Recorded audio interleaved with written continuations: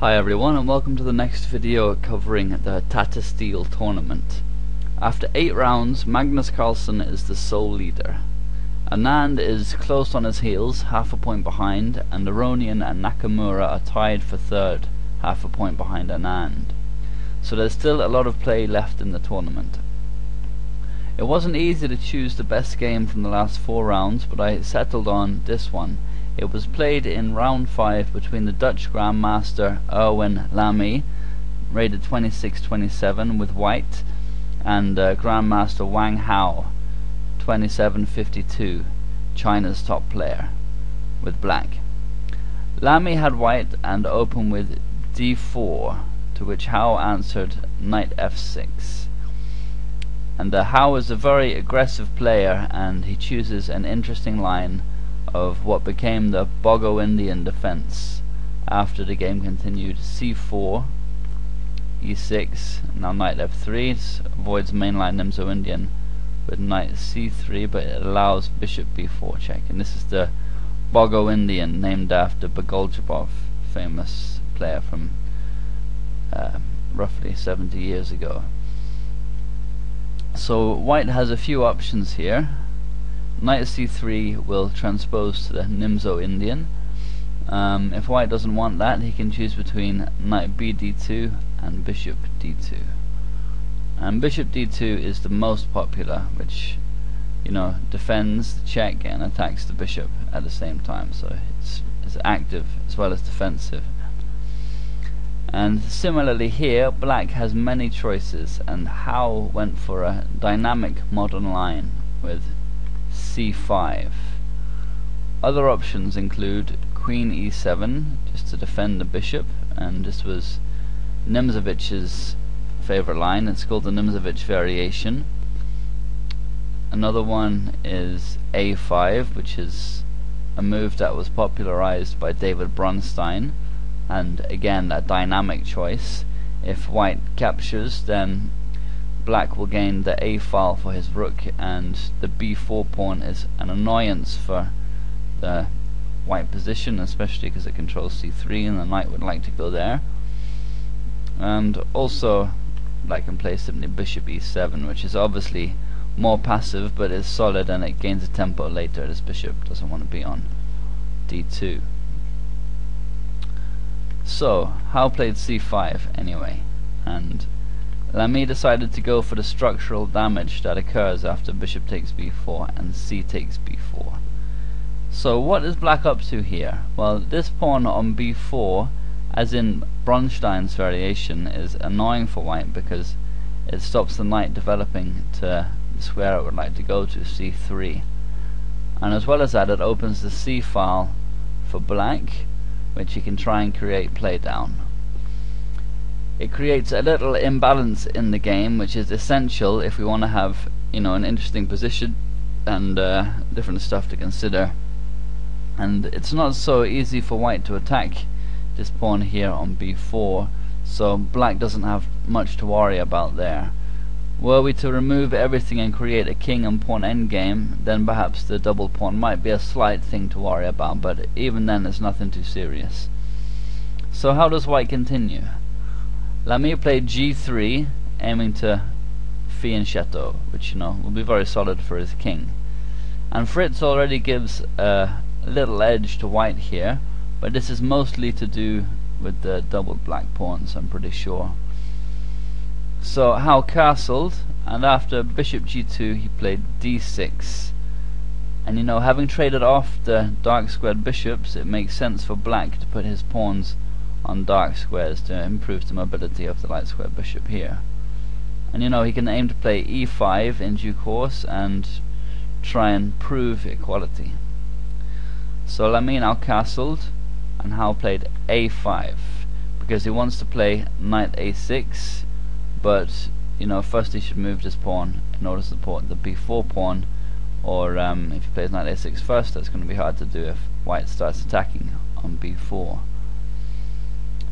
And this idea with knight a6 is to support b4 if it's ever attacked, and, you know, it has other ideas as well, such as after e5 is played, the c5 square can become weakened, and then the knight can go to c5 from a6, for example, e5, and if white doesn't play e3, then e takes d4, knight takes d4, and from a6 the knight goes to c5, which is a good square. And also from a6 you can go to c7, and then d5 is possible as another idea. And you know, it can then go to d5 in the event that c takes d5, or if c5 is played by white, then the knight can go to b5 or d5 as well. So let me answer with a3, challenging this annoying pawn, and how answered with knight a6 to support it. So if white takes on b4, then the black knight gets this b4 square as an outpost. And you know, it's not the strongest of squares for an outpost, but it will contribute well to black's queenside play, which, you know, is what he's seeking after his opening choice, taking the doubled pawns like this, opening the c file, and trying to get some play down here. And you know, especially considering that white has fianchettoed, from black's point of view, you know, he can never realistically hope for a mating attack anytime soon. So, you know, unless white was to get things totally wrong, which just isn't going to happen. So it makes sense for him to try and play in this area of the board on the queen side instead. So white continued with knight b d2, which is preparing the e4 push to gain space in the center. So queen c7 from Howe. And this is a good square for the queen. It supports the e5 push and also pressurizes c4. And white answers with a rook c1. He's probably going to play this move at some point. Makes sense to move the rook to this file. And you know, with the queen here on c7, he can create some tactical pressure if he plays it at this moment. And so that's what he went for. And Howe continued with the rook at d8. Another of the benefits of the queen c7 move is that it vacates the d8 square, and black can create some tactical pressure of his own against the white queen. And here Lamy continued with knight e1, which is aiming for knight d3 and a takes b4, where after knight takes b4 there'll be knight takes b4, so black won't get this b4 square for the knight. But you know, it's now possible for Howe to play e5 with less hindrance, because the knight was attacking here from f3, and this is the correct way to play the position, you know, putting his pawns on the dark squares, his light square bishop. So next came knight d3, and preparing to take on b4, and Howe continues with bishop f5, which is consistent, because now if a takes b4, we can have bishop takes d3, and then knight takes b4. And you know, and this will again secure the b4 square for the knight, and this is the key square that both players are fighting over for the moment. And it's the only real claim that black has to any advantage in the position, so white wants to take care of it before undertaking any further ideas. And this bishop f5 is a provocative move from Howe, because it allows e4 with tempo, and after the subsequent e takes d4, black will now have permanent use of the c5 square for his knight. That line I mentioned before, where white plays e3 to defend d4, is now no longer possible, so black should be able to use the c5 square in the future. And it's important to note that white doesn't want to play d takes c5 instead, or black is definitely better after d takes c5. So e4 anyway, now bishop g4, attacking the queen and provoking a second weakness, f3. And white is fixing his pawns on light squares, and this isn't a good idea, seeing as both sides have light squared bishops. Howe, on the other hand, has a lot of his pawns on the dark squares, and it's amazing and uncanny how often these little things can lead to an advantage.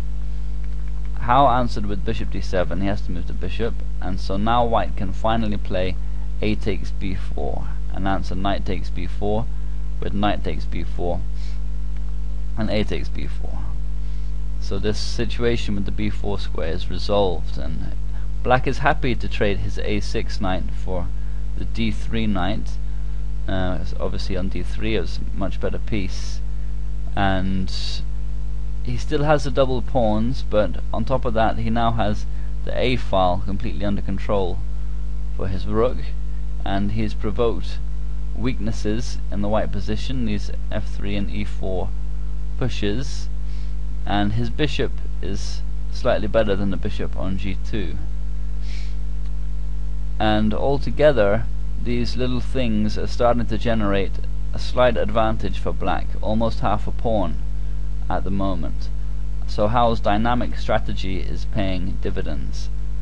Lamy continued with the queen b3, which attacks the b4 pawn, and Howe defended with the queen b6, which also eyes the white king on g1, and this is because of the weaknesses that he's provoked on the last few moves.